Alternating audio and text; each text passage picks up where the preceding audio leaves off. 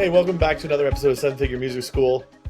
I'm Daniel. This is Nate, and we are filming a follow-up episode today to an episode that we did a little while back, all the way on, believe it or not, episode 12. Dude, that's more than a little way back. That's like 6 seasons ago. I know. On episode 12, we did an episode where we talked about books that were very influential to us, books that really shaped the way we thought. And since that time, we've never followed up on that. And even in that episode, we said, oh, we should do this again sometime. Well, here we are.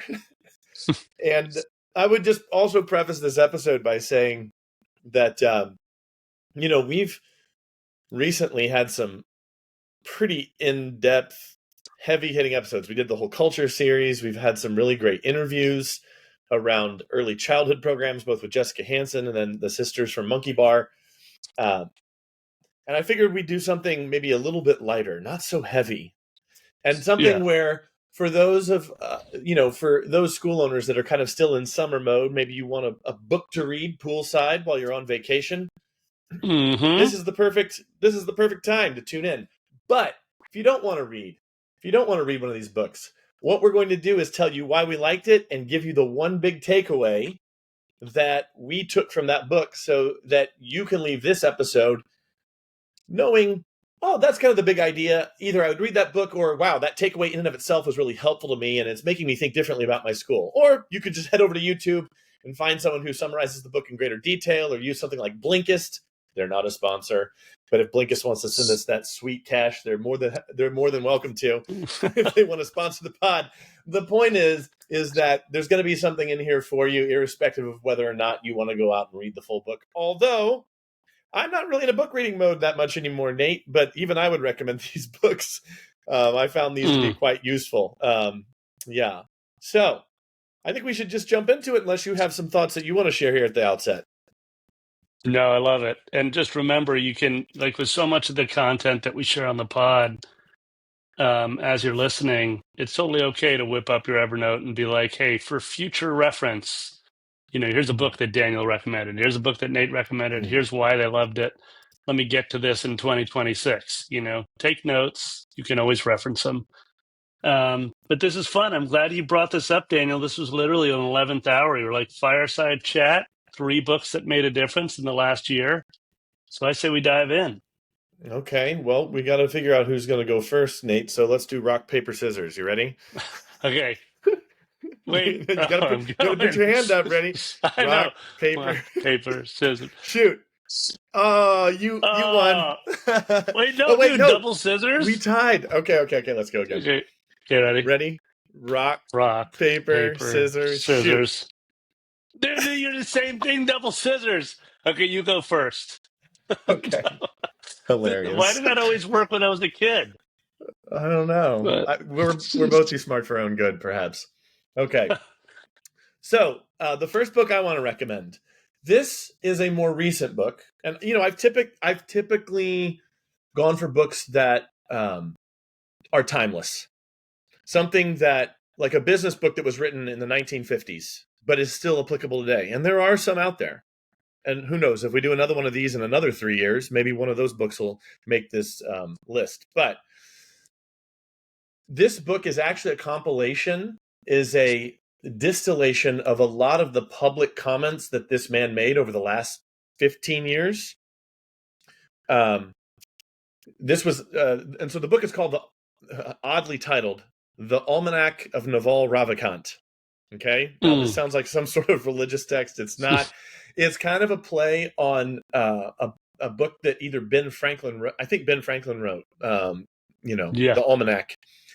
What this guy did was gathered all the public interviews, a lot of comments that this guy made, and then did some personal follow-up with Naval and wrote basically a book of wisdom that I'm really happy was written, because when I first became aware of Naval, I was just blown away by the first interview that I heard by him. I had never, of course I was a lot younger. This was, going on 10 to 15 years ago, but I had just never quite encountered a business guy like this guy. Most of the business guys that were, prominent were kind of flashy, uh, big talkers. You think about your Gary Vaynerchuk's, your Alex Hormozis, your Jay Abrahams, if you're, of the previous generation, um, larger than life personalities. Naval is not that. And just to give context on who this guy is, and we're really getting into why I liked the book here. Yeah. Naval founded some companies in the 90s. He sold them, made a massive amount of money. He was an immigrant from India as a small boy, grew up in a single mother household, very poor, basically distinguished himself through hard work, got into tech in the 1990s. And once he sold a couple tech companies in the 90s and the early 2000s, he kind of went more into investor mode. And he Right. was an early investor in Twitter, Facebook, all Uber, like all the big companies of the 2000s. He founded another company called AngelList, which has become, a massive connective platform in Silicon Valley. And he's kind of just considered to be, a grandfather in the tech space at this point. I think he's in his 50s, so grandfather's a little bit, generous, but He might maybe not love even, being called a yeah. grandfather. Might even be in his late 40s still, to be honest. Anyway, the point is this. I've just not encountered wisdom in like I've encountered with him, Again, nothing against the Garys of the world, the Alex Hormozis of the world. They've been very influential on me as well. But Naval just holds a special place in my heart. And I enjoyed listening to his interviews. Sometimes I'd listen to them over and over again. This book got written. Now I can just, read selected Yeah. passages from it. Yeah. So that's kind of why I liked it. The one big takeaway. Oh, go ahead, Wait, Nate. hold on, dude. Before you give us the takeaway, I just want to point something out which you might not remember, but when one of the first things you ever pointed in my direction was this YouTube playlist of essentially Naval clips. Do you Yeah. remember that? Like when we first met, you were like, Nate, you should just check this out. And now that I know you much better than I did then, one of the reasons why I can see he's so attractive to you is he's incredibly like succinct and Yes. specific, and he's Yes. not flowery in any way, shape, or form. Like, so that's just another. I feel like if I can just Yeah. insert that, and that was fascinating because I would listen to the YouTube channel, Yeah. but that was one of the things that attracted me to it is that you may not everything might not be useful that he shares, but Yeah.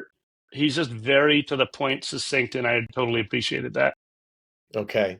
Well, you have set me up for my one big takeaway Love because it. he wrote probably 10 years ago a series of tweets called How to Get Rich Without Getting Lucky.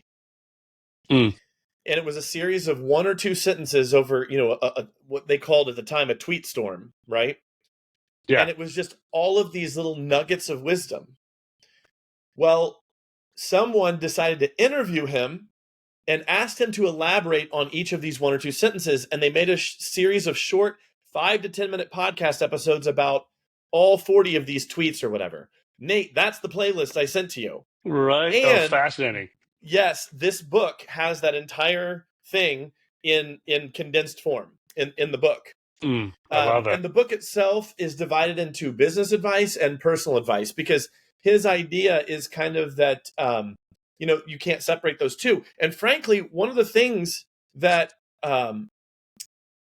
was very influential on me that I wouldn't say that I learned from him, but that he really brought into sharp relief is that you can't separate the business from the human.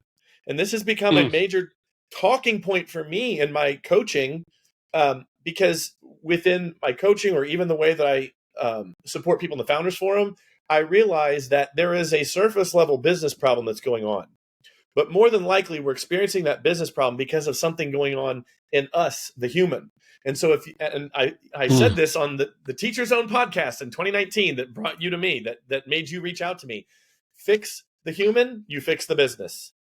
Um, mm. and Naval never said that, but that's kind of a deep theme in what he says, and it was very influential in me, and it became more than like a theme for me. It became kind of a rallying cry for the way that I do coaching and the way that I approach coaching, both in the forum and my private coaching and the accelerator, all that sort of thing. So, that I think is my big picture on the Almanac. Probably, probably one of my most recommended books. Love it. Just because it addresses both sides, and there's timeless business advice in there. That, and I'll shut up after this. The idea of how to get rich without getting lucky, it sounds very flashy, but he even says, like in the opening of the interview, he's like, well, I had to write something that was going to attract attention, because if I just called it timeless business advice, no one would listen to it or no one would read it. But it is truly brilliant advice. And I used to send that playlist to people a lot more often. You know what? Now that I think about it, I think I'm going to start sending it to my coaching clients again, or maybe even listen to it again. It's been a couple years. Evergreen content. That's you should definitely send it back. Yeah. Okay. I'm going to go with my first recommendation. Right. Quite different. Not a business, but actually I have, well, the second one maybe, but I really have no business specific texts in my 3 books today. So the first one is called The Big Thing Effect by Jeff Patterson. He's a coach and lives out in Colorado, and actually got this book recommendation through Davis. Davis, longtime teacher at Brooklyn Music Factory, actually just opened up his own school in Colorado. Still teaches very part-time, but is starting his own school. You'll love this. He slacked me this morning, Daniel, saying, 2 questions, Nate. I need to talk about, licensing curriculum. And secondly, what would be the 3 business books that you'd recommend reading as you're starting your music school? So I thought that was hilarious, because here we are. Wow. Anyways, Davis came across Jeff because Davis is a ultra, not an ultra marathoner, but he's a distance runner, trail runner. So he does these like the most recent crazy thing he did was this 100-mile trail run that took 24 hours. This is Davis. And so he ran across Jeff because Jeff is part of this sort of coaching program that Davis signed up with to help him achieve this. And the Big Thing Effect, the reason why I liked it so much is I've read a pile of self-help books. I feel like I've got more self-help books on the shelf than I might have business books. And I'm fascinated with people's approach to actually what you're talking about that Naval recommends, which you can't separate the person from the business. So the more we're willing to look at ourselves, the easier it's going to be to adopt some of these really sound business principles and learn the craft of business. Also, I would say the likelihood that we're going to start a business that is much more aligned with who we are and why we are goes up as we work on ourselves, right? So I like Jeff because Jeff is one of these coaches that's written a book that he's into kind of like his sort of self, the work that he does on himself is oftentimes around kind of outdoor physical adventures, and that's something that I love, right? So and number 2, he writes in a very he just writes in a very simple and humble way that doesn't feel like the projects he's doing or the goals he's setting for himself are out of reach for the reader. That makes sense. So, that's why I like it, because I read a ton of these, and the idea behind the book is straightforward, right? The idea behind the book is that you're going to learn an enormous amount about yourself by setting some sort of goal for yourself that feels out of reach, right? The process of setting this goal, reaching for it, attempting it is worth so much more than just the goal itself, right? So that's kind of the idea behind the Big Thing Effect. And I would say, it's not a fancy book. It's not coming up with like 1,000 different new techniques for achieving goals. But I will say that he writes it in a very compelling way. For him, it was climbing a mountain in the Andes. I can't remember exactly which one, but he was doing an extreme hike that he'd never done. But my one big takeaway from him, from this book, that was really useful to me, and you and I have talked about some of this, Daniel, in terms of my own work and myself, but is that he was at a point where he had absolutely no money. He was just starting his coaching. And so he was in no position to invest in the training necessary to be able to climb this mountain. Like there was just no way. Like he couldn't afford the coaching necessary to be trained. He couldn't afford the equipment. He couldn't afford the plane ticket. He couldn't afford to take the 3 to 4 weeks off to go do it. And the coach that was leading the expedition, or the trainer that was leading the expedition, kept bugging him, would call him up. Was like, "Hey, I was just thinking about you. And I was wondering if you made a choice about whether or not you're going to follow through on this goal for yourself."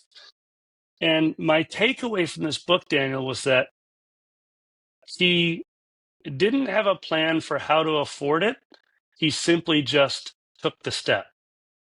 And it was something like $50,000 was the commitment, and this guy was like, living rent check to rent check. You know what I mean? Like he was just getting rolling. And he said he committed without knowing exactly how he was going to actually fund this dream.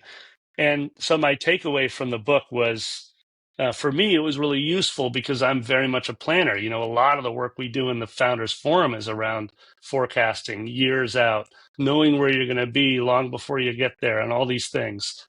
So it was really valuable for me to read that part of the book and be like, oftentimes in life, we need to take a step without knowing exactly how we're going to land our foot on the next stone.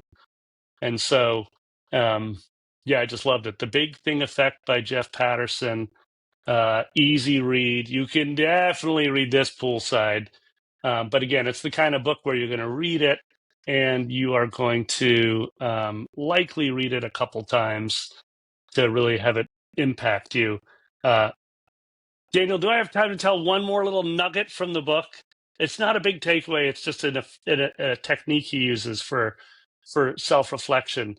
He has this one thing that I love that I've listened. I read the book, but I also listen to the book. I always get the audiobook too. And I listened to this over and over, actually, on a drive up to Maine, this one part of the chapter where he says, he takes you through this thought exercise where he says, I want you to imagine hiking up a mountain. Doesn't have to be something extreme, just like a mountain like here in Maine, where maybe you're hiking up like 1,200 feet or something. It's hard, but it's not impossible. You get to the top and you're sitting on top of the mountain, and I want you to imagine your future self hiking up the trail behind you and sitting down on the boulder next to you. And then I want you to imagine him holding up, in this case, he said he's holding up a tablet or an iPad, and he's showing you an album of photos of your future self. And I want you to describe what you see. What is he showing you of all the things that you've done in the last 10 years between the time you're sitting on that boulder now and this future self who's 10 years older than you? And it's just like this fascinating visualization exercise where I kept replaying it and being like, what am I actually seeing? What are the photographs of Nate?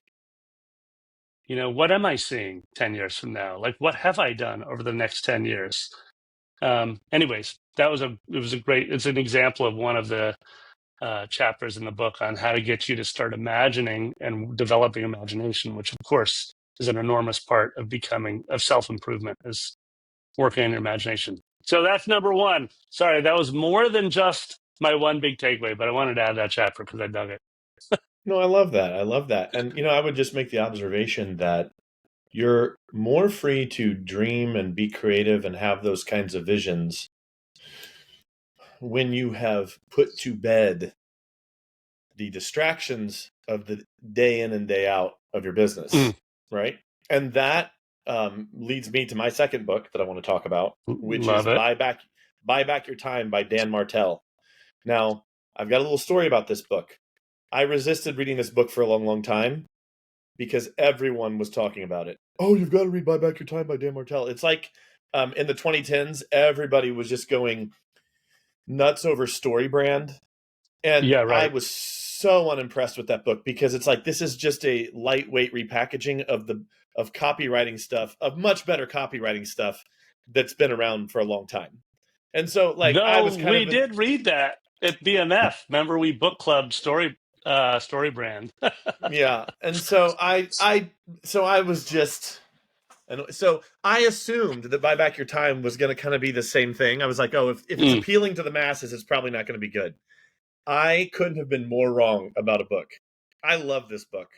Um, and again, it's not one that I read years and years ago, but it is one that I know 10 years from now I'll still be recommending that book. It's timeless advice. Um, and every new chapter, the chapters were very creatively titled. So he's taken a bunch of quote unquote boring concepts and made them interesting and made them feel accessible. Um, but it was difficult when I was reading the chapter titles to know what he was going to talk about because they're so creative. But every time I was coming to a new chapter and the concept of the chapter is like, oh yeah, I agree with that too. Oh yeah, I tell all my clients to do that already. So the reason I like this book is because this is going to sound bad. I've kind of been giving the advice that this book is given for like 10 years. If you go and read this book, it might almost feel like any of the episodes that we've done on scaling, any of the episodes that we've done on how to delegate, any of the episodes that we've done on how to run a team, how to run a team effectively, how to write systems. Like I think of episodes 46 and 48 and other episodes we've done since then. Like it is all in this book. Like I could have written this book, to be did quite it feel like? honest. So did it feel like a validation of all your learning to date? Yeah, Is that one of the reasons why you dug it?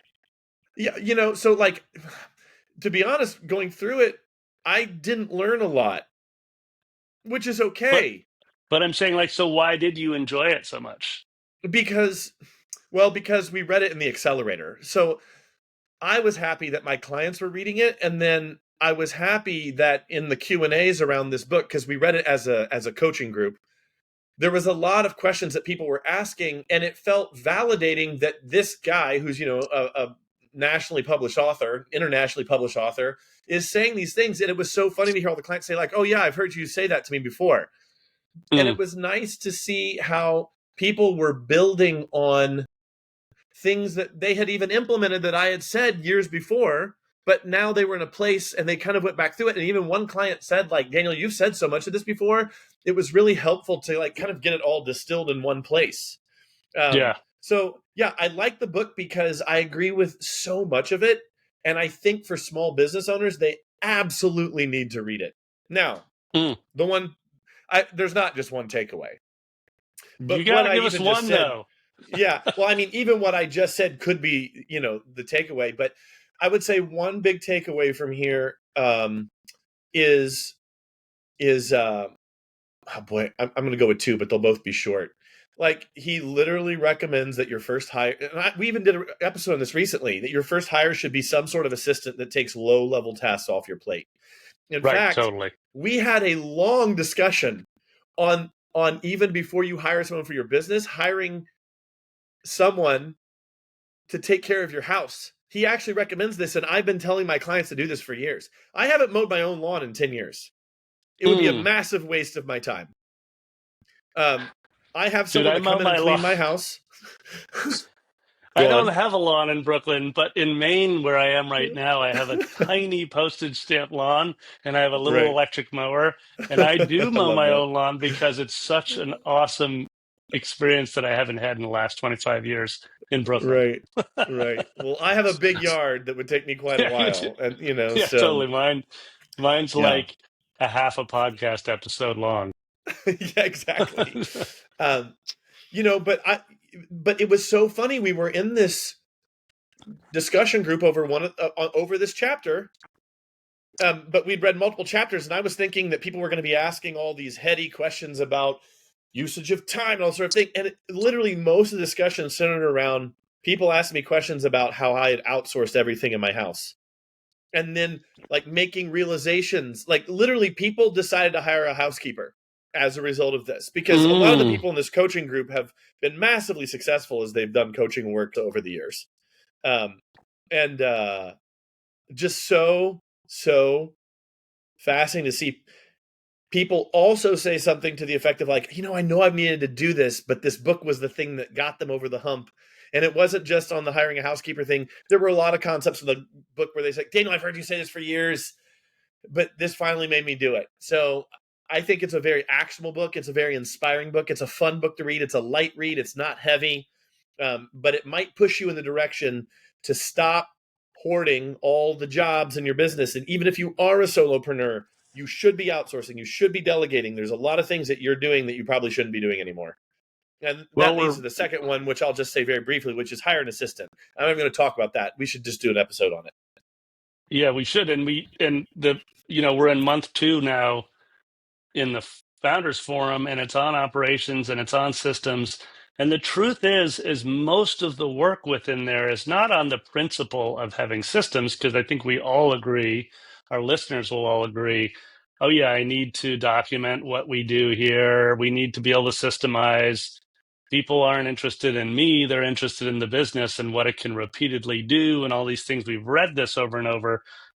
But actually, the resistance for people really getting into it is the practice of having somebody else leading projects, doing tasks, and the practice of having us as business owners develop the faith in the help. You know what I mean? It's like, it's one thing to hire someone to mow your lawn once. It's another thing to commit to that for the next 3 years so that you actually can benefit from the joy of seeing that this person or this company consistently shows up and maintains, one of your prized possessions, your home. And like that brings a whole nother level of peace to your business when you start bringing on that assistant and you start bringing on team that is doing it. So hell yeah, if this inspires people to do it, I say absolutely read Buy Back Your Time. This episode is sponsored by BigMusicGames.com. As our listeners know, Brooklyn Music Factory is all about a fun, fluency-first approach to music lessons. And at the foundation of our teaching methods are rhythm, melody, harmony, and songwriting games that challenge students as young as 4 years old to train their ears and flex that musical mind. Because when you set an intention of gamifying every single lesson, you're going to find improved attendance, increased play at home, and higher student retention. So we've set up a website just for our listeners so you can start playing today. Go to bigmusicgames.com/7FMS and create your free account. Again, that's bigmusicgames.com/7FMS. And if you join today, I'm going to send you a personal invite to join our weekly teacher training call with me and Greggy Bizzle, our chief game designer. Go ahead and put play back into practice with Big Music Games. Okay, this brings me to my next book, which is also extremely actionable and is insanely popular. And likely many of our listeners have actually either owned the book or have started to read the book, maybe even finished it. This is Atomic Habits by James Clear. And Atomic Habits, the reason why I dig it is because I've always been fascinated by how we develop habits in our life. And I think it really started as a musician and started around developing practice habits and developing, all the different tools that we need to become a professional musician and a performer and a touring musician and all those things, which require lots of different habits. And so I was at a point in my life where I was kind of revisiting the notion of a habit, and I read The Habit Loop by Joel Dewitt. Wait, is that his last name? Well, anyways, The Habit Loop is the I believe I have that name right. Maybe we can double check that. But I read that book, which is sort of that was the one that inspired Atomic Habits, inspired Tiny Habits. It was the inspiration for these. And so mostly I wanted to read this book because people have been recommending it, but B, I was sort of in this space around Brooklyn Music Factory and some of the other businesses that I work on, where I was like, I wonder if there's a better way for me to sort of develop new habits with the team or new operational habits with the company as a whole. And then I was also particularly interested, and I know we're about to do an episode on music practicing and how to approach that, the most pressing question that we get or popular question we get from parents. But I've always been fascinated around how to inspire practice with students and songwriters at Brooklyn Music Factory. So that was why I was interested in the book. I think James Clear is also, again, a very he's quite good at writing. That's what he always wanted to do. He wasn't a thinker that became a writer. He was a writer that became fascinated with habits. So he literally, as a writer, started becoming fascinated with this idea of habits because he was just trying to show up to his blog every week, right? Could he actually write every week? And he became really interested in it. So I think my biggest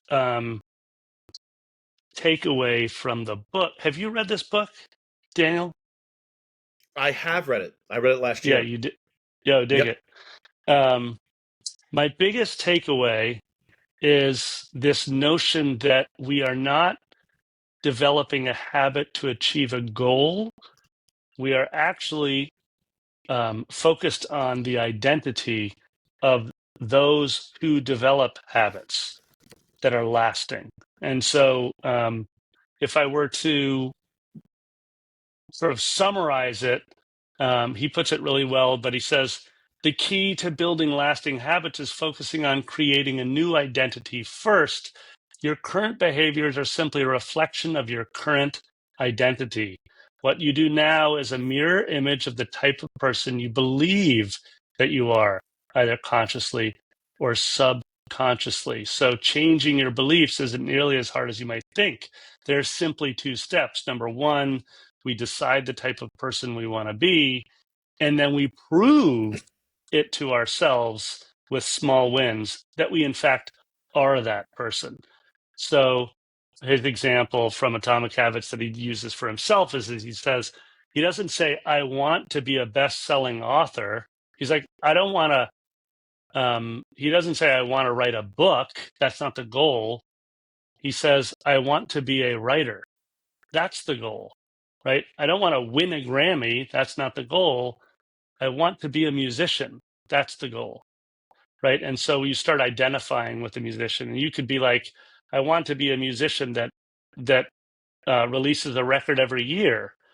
So now you're identifying as a musician that releases albums, right? Or shares music, or tours Europe. What is a musician that tours Europe? What are the habits that they practice in order to be realizing that? So that is my big takeaway. And I absolutely love that because so often for me personally, Daniel, and you know this about me, but I'm very much a goal setter. Like, for example, we're about to launch the next class of the Founders Forum. And you hear me say this to you all the time. I'm like, we are going to have 25 highly inspired founders in the forum. So I Yeah. will set a concrete number and a goal.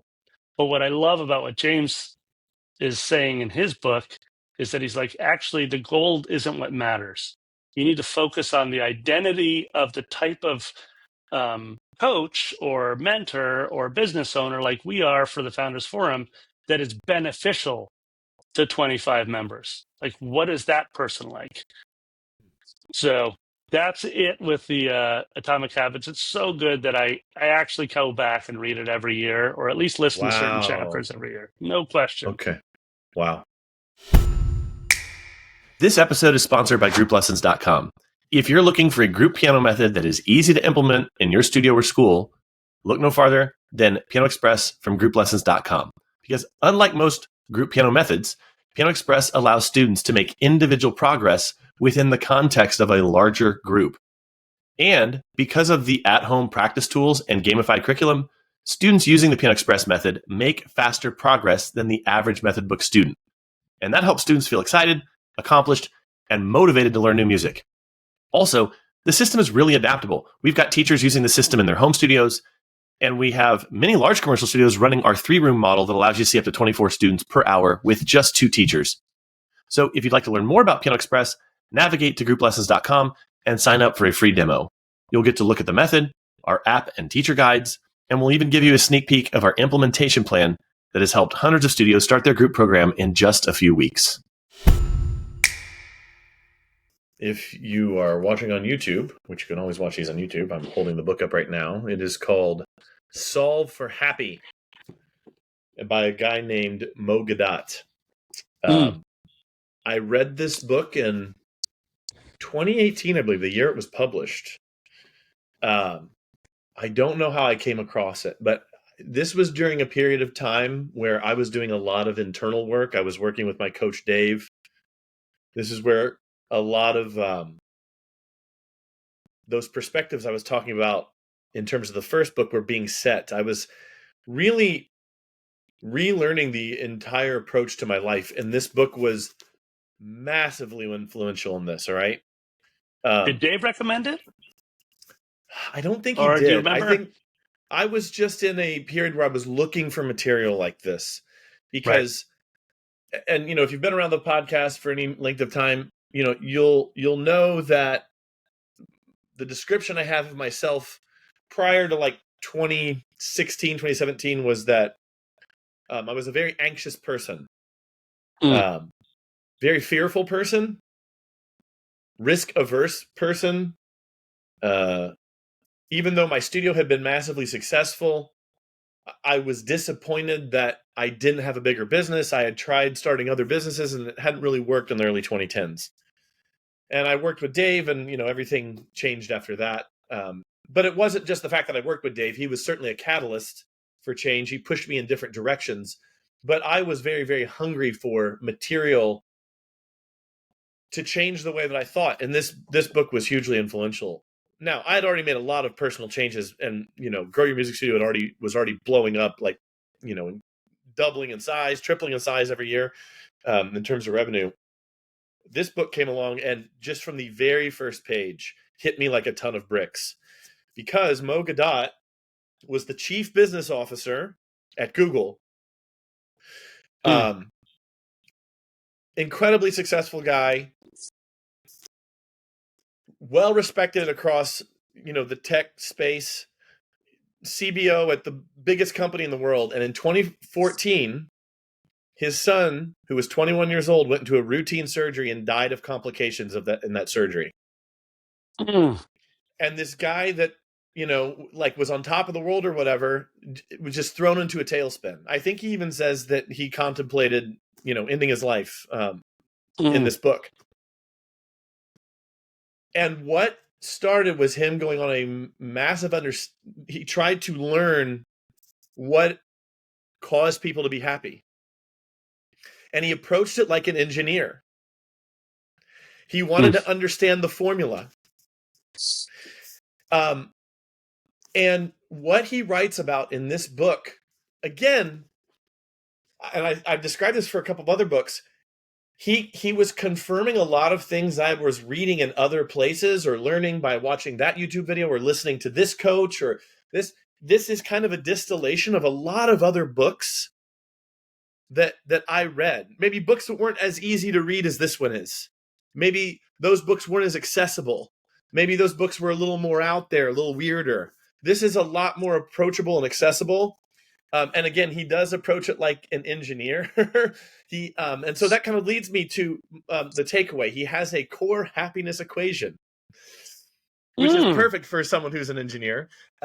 Happiness equals perception of events minus expectations. Essentially, Happiness stems not from what happens to us, but from the gap between what happens and what we expect.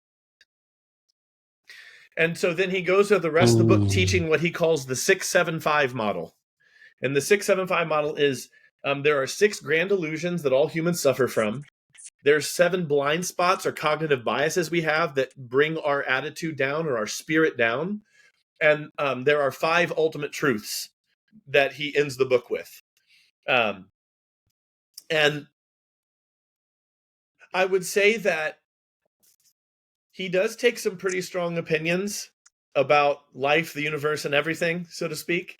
But I don't think most people would find it incompatible with maybe ways that they believe to be true, because he really is approaching it more from mastering your mind, which honestly it was the approach that a lot of my coaches have used with me, is the idea that your mind is a tool and it can either bring you up or bring you down.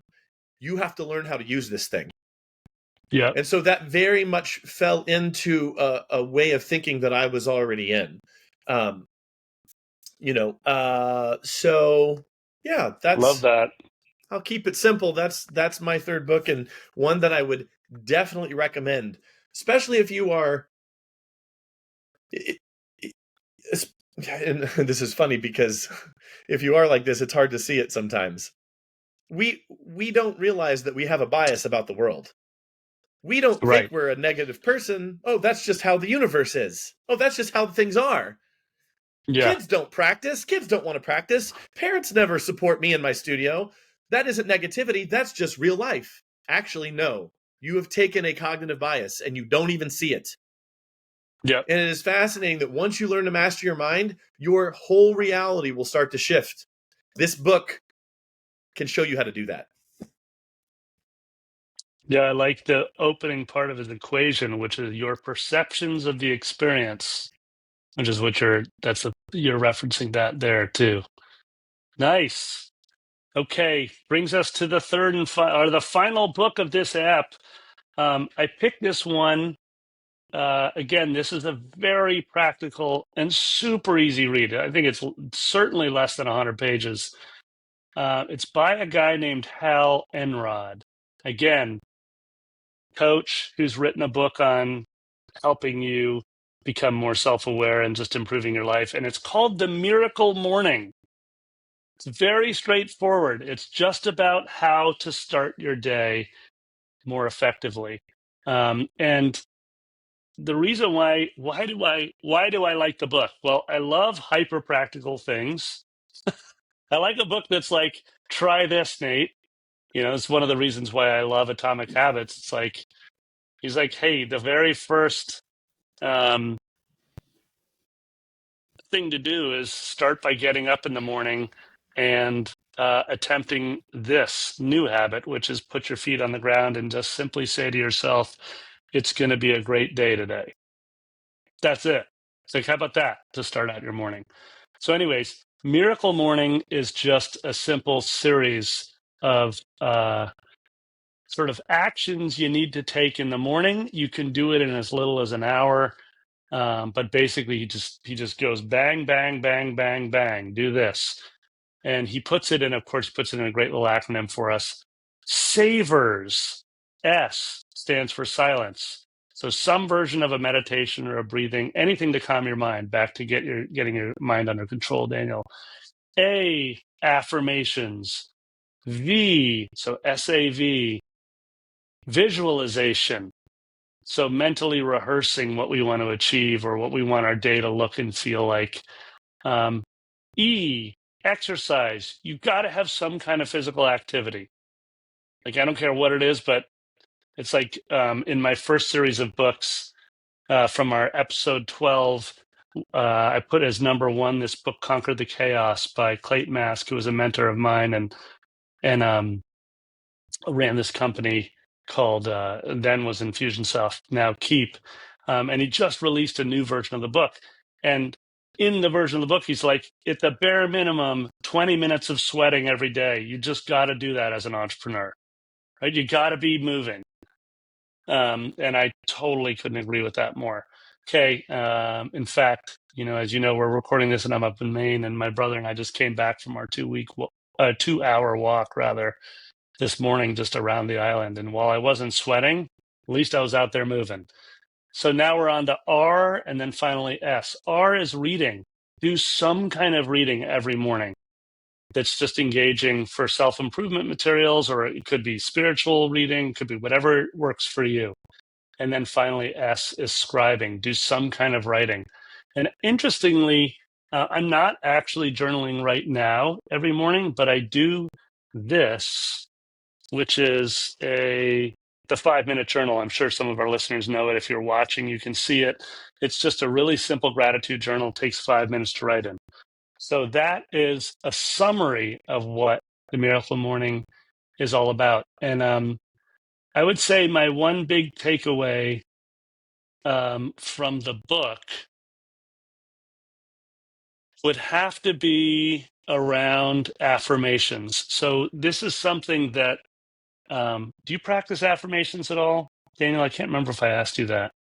Do you have any sort of consistent affirmation practice for yourself at this I point? have, I have, I have had periods of it over the last Yeah. 10 years. And I actually currently am in a period where I'm doing it more because of some a recent trip I took that I've told you Right. about. Yeah. Yeah. Yeah. Awesome. So I was never that big of an affirmations person. Mm, I was never really into a practice of it, and I don't think I quite understood what that meant. I sort of thought affirmations were like, I am good, I am great, I am beautiful. Like if I just said that right, enough, that I'd be good, great, and beautiful. And actually, Hal does a really nice job. Again, super short chapter, super easy to read, nothing fancy, just like very concise and clear.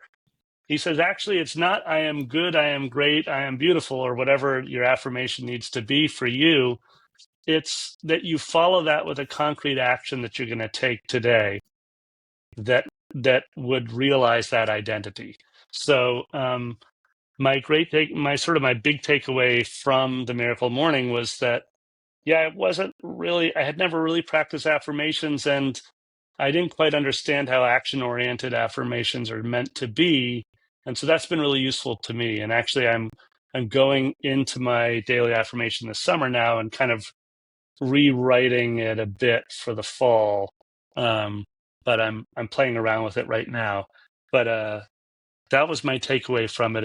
And yeah, again, it's just a great book. And I have never really quite, once I read Miracle Morning, I never quite left this idea of like, oh, there are 6 things that I'm meant to do every morning before I start the job site or before I start whatever I'm supposed to do in terms of my other responsibilities. And I appreciate how simple and concise he puts it in that. So that's it, Daniel. Those are my 3. None of them were specifically business books, but all of them have had a profound impact on yeah. my business. Isn't that interesting? When I was younger, I did seek out more technical business books. And there's books I Yeah. considered putting on the list of things to talk about today that, supported that. And even the last time we did it, I talked about Scaling Up by Vern Harnish, Yeah. which I would still recommend to this day. It'd be interesting for Yeah. us to go back to that old list and say, do we still recommend it? I personally recommend all the books on my old list from episode 12. Anyway, that's not the point. The point is, it is interesting how both you and I, in these picks, they're more about supporting the human. Yeah. Totally. Yeah, it's more about the humanity that we have and coming into work the best person you can possibly be, the calmest, the happiest, the most organized, and not from a place of fear or I have to be organized. It's not that. Mm-mm. It's about they say don't, if you want a healthy yard, don't go pull weeds. Grow green grass. Support the growth of a healthy layer of grass. Speaking of Yeah. mowing your lawn there in Maine, grow healthy grass, and it's like, be a healthy human going to work. And I think these books really support that. Yeah. Daniel, too, maybe I would mention, since we're deep in it, In the Founders Forum, we have all these great music school owners, and they're all different stages of growth. And yet oftentimes the conversations we're having, there's the craft of business. Like, how do we do this? How do we do that? Can we improve this? Can we improve that? But way more often, we're actually talking about how we are supposed to approach the business from a personal standpoint so that we can show up week after week as a founder in a healthy, as you put it, in a peaceful place, in a joyful place. And, maybe I'll just say this, like, one of the reasons why I appreciate an episode like this, Daniel, is because reading a book is never a private thing. You know what I mean? You read this and then you talk about it with your friends that you feel like you know and trust and can share your insights with, right? Hence, you're talking about in the accelerator book clubbing, what is it? Buying back your, or title, Buying Back Your Time, right? And I just would encourage all of our listeners to be like, what is the opportunity I have around one of these books that Nate and Daniel recommended where I could maybe bring in two friends? Maybe I could book club it with a couple friends and we could kind of go through the process together, because it's always more powerful when you're sharing your insights and you're sharing your attempts, failures, and successes with implementing anything you read.